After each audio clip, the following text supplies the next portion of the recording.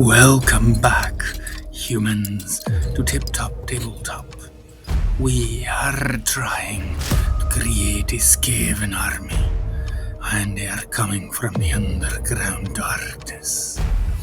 My Skaven army is red, the color of blood and wine, and all the other indulgence that are hidden on the surface world. Something the Skaven seek as they breach the stone surface. Today we are focusing ourselves plainly on the metal. So let me say once more, welcome to this metal tutorial, and enjoy how we are at this point placing beautiful base coats on the metal. As you are applying this base coat, remember to keep the metal remain soft and wet. You rather be adding two soft, thin coats of metal painting colors than that you overdo it and put thick, lumpy paint on your model. Remember that in every step, thin paint is the way to go. Like blood dripping out of the neck of a beautiful maiden, it needs to be wet, it needs to be thin.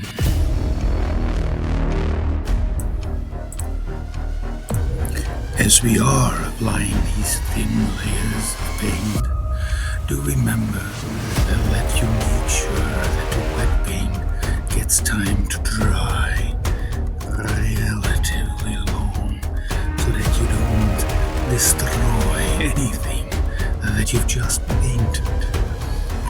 Because, let's be real about this, there will be these smudges if you don't do it properly. And the real thing you want to do is do it right in one or two tries. Right then.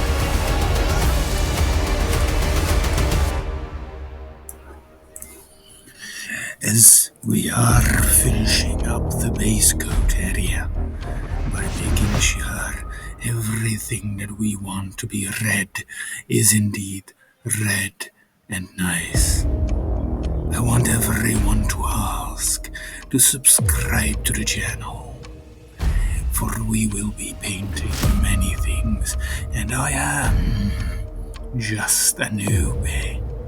I'm really learning this together with you guys, trying to become better with every stroke of the brush. Alright, we have proceeded on to the first layer that we are going to make more metal.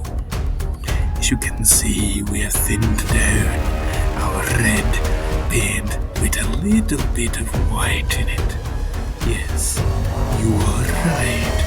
This will indeed make the paint a little bit less vibrant. That's alright, because we need reflection, and white is the ultimate reflection that you can get.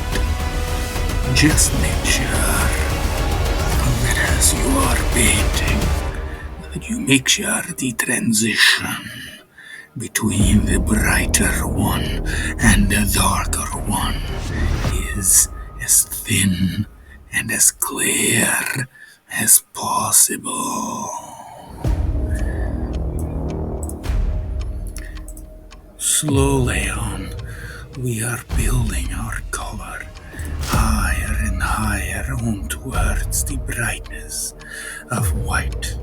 As I said, that will be the ultimate reflection, and it will only be visible on the most sharp edges, like the points of your teeth, as they sparkle in the moonlight with nothing but the darkness surrounding them, ready to puncture a maiden's neck and suck them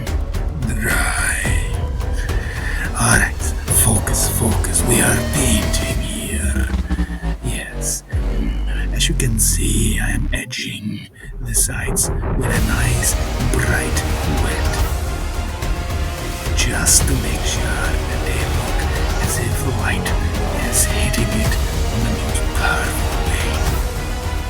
Don't use the tip of your paintbrush, just use the sight, as that makes it so much more easier to get the paint across the edges of the motto. Yes, perfect, just like this. And so we continue on towards the armor. As you can see, we're making sure the paint is thin, almost not visible, as we are trying to create layer upon layer. Many call this technique glazing, but technically everything is layering. As I've said in many other videos before, layering is the technique that you really need to learn, as you are layering either thin or thick. With metal, it's easier to do it thin, to create the smoothest of transitions. And the smoother the transition, the better the metal will look. Of course, you need to remind yourself every so often as to how the light reflects. Where does it come from? Where does it bounce? And that is the point you brighten the most, as you can see.